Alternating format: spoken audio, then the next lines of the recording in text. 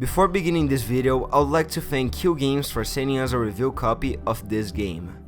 The tower defense genre has been around for what seems to be forever, but few games try to expand upon the simple gameplay idea and try to offer a challenge for experienced players. PixelJunk Monsters 2 is a game in the genre with a charismatic art style and a whole bunch of unique mechanics. It certainly delivers on the challenge, and it's an unforgettable experience to say the least. So hello, this is Rick from Source Gaming, and this is my review of Monsters 2.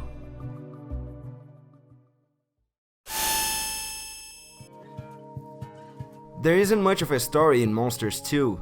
The player takes control of Tiki Man, the defender of the chibi, which are those little guys made of wood. It's Tiki Man's job to take care of any monsters that want to kill the chibi, and that's it. Like I said, there's almost no plot to this game besides the simple objective of killing monsters. It's also possible to read a little bit of lore about this world as the game progresses, but it's never really something relevant, so let's just move on to the gameplay.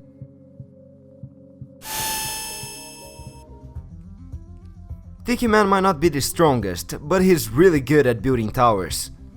This is a tower defense type of game, meaning that the main objective is to build stationary weapons that cost money and will hopefully kill all the waves of enemies that are approaching the chibi. The player has access to a selection of towers to build, from cannons that only hit monsters in the ground, to machine guns that can take care of folks in the air, and even crossbows and beehives that can kill any type of enemy. As the game progresses, the player can also unlock other types of towers to better help kill different types of monsters. Tiki Man can also run, jump, and even attack, even though it isn't really his strong suit. He can also switch between top-down view and third person, but we'll get more into that later. By collecting gems, the player can choose between upgrading already existing towers or building superior ones altogether by the cost of more money and more gems. Tiki Man can also upgrade towers on his own by standing still and dancing. Yeah. Exploring each level's surrounding is essential to understand how to approach each situation. Tiki Man can build a tower in any spot with a tree, so it's important to place each tower strategically by discovering the enemy's different routes. Also, by exploring, the player is able to find other types of improvised weapons, such as boulders and explosives, again making exploration extremely important. Using terrain to gain advantage could very well be a game changer. Either way, there are 20 chibis to protect in each level, but if the player wants to collect all the rainbow pieces that unlock other stages, it's necessary that every level is completed without losing a single chibi. That can be either incredibly satisfying or infuriating. It's impossible to know everything that the game will throw at the player in the first playthrough, meaning that it's impossible to be sure if their strategy is actually going to work or not. Playing each level multiple times is almost a requirement to progress in this game. I often encountered myself in situations that I would just spend too much money building a specific type of tower that wasn't really useful, or that I would simply forget to account for other routes that the enemies could take. This was extremely annoying in long play sessions, but the satisfaction of winning a perfect score in that one hard level is what kept me going. Besides, the game also has a whole lot of variety when it comes to different levels. Every stage feels unique, and some even have different conditions to deal with. The gameplay is definitely tower defense at its finest.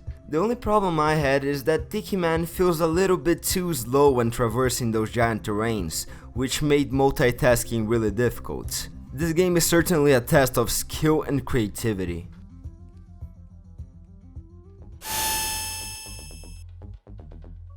It's needless to say that this game's graphics look really pretty. The simple art style reminiscent of stop-motion animation is really charming and helps to accentuate how adorable the character designs are. The colors are well balanced, and each set of levels that Tiki Man visits has its own set of unique aesthetics. The visuals are really nice to look at, especially when playing this game on a TV. On the other hand, the soundtrack was sort of forgettable, and there's not much to mention there. Like I said before, the player is able to switch between a top-down perspective and third person. As a gameplay function, this serves no purpose whatsoever, but weirdly enough, it greatly helps the presentation. This unique mechanic makes this game way prettier to look at, and I found myself switching between perspectives even though I had no real reason to. The third person makes this game feel more visually engaging. It feels more like an excuse to display this game's graphics in their full potential, even though Tiki Man seems to be a bit short-sighted. By doing specific actions during a level, the player receives tokens that can be spent on cosmetic differences for Tiki Man. This comes to play in multiplayer mode, where you can show your very own Tiki Man to all your friends online. Anyway, all things considered, this game is very competent on a visual level, and the third person only adds up to that. Overall, Monsters 2 is a really solid game. It's simple and fun tower defense action. However, the amount of polish and little touches have turned this title into a really unique experience. It is a real test of ability for people who enjoy this genre, making it worth the $15 the developers are asking you for. Each level has their own unique layout and requires different strategies. As the game progresses, even more options are unlocked and eventually it becomes a really difficult challenge. The graphics are good enough, but it's clear that the true focus is the gameplay. It certainly provided a lot of tense moments, and it really tested my tower building skills. That's why I give PixelJunk Monsters 2 a 4 out of 5. Hey guys, if you liked what you saw here, you can click the like button to let us know and subscribe to our channel.